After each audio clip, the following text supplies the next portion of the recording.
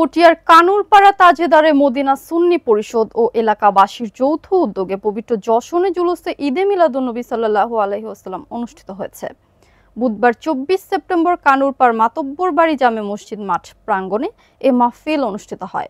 মাহফিলে প্রধান অতিথি হিসেবে উপস্থিত ছিলেন চট্টগ্রাম দক্ষিণ জেলা বিএনপির যুগ্ম আহ্বায়ক সাইফুদ্দিন সালাম মিঠু।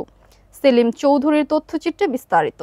পটিয়ার কানুরপাড়া তাজেদারি মদিনা সুন্নি পরিষদ ও এলাকাবাসীর যৌথ উদ্যোগে পবিত্র জশ্নে জুলুসে ঈদে মিলাদুন্নবী সাল্লাল্লাহু আলাইহি সাল্লাম অনুষ্ঠিত হয়েছে।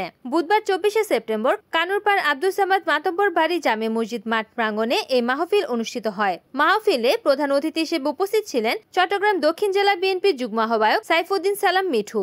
এছাড়াও উপস্থিত ছিলেন বিএনপি নেতা ফরিদুল আলম, বেলাল হোসেন, ইঞ্জিনিয়ার রেজাউল হায়াত খান আবির, সাইফুল ইসলাম খোকন, হাইদগাঁও ইউনিয়ন বিএনপি সংগঠক জাহাঙ্গীর আলম, যুবদল নেতা কাজী নওশাদ, গাজী শওকত প্রমুখ। মাহফিলে দেশ ও জাতির কল্যাণে বিশেষ দোয়া প্রার্থনা করা হয়। রিপোর্ট করেছেন চট্টগ্রাম প্রতিনিধি সেলিম চৌধুরী।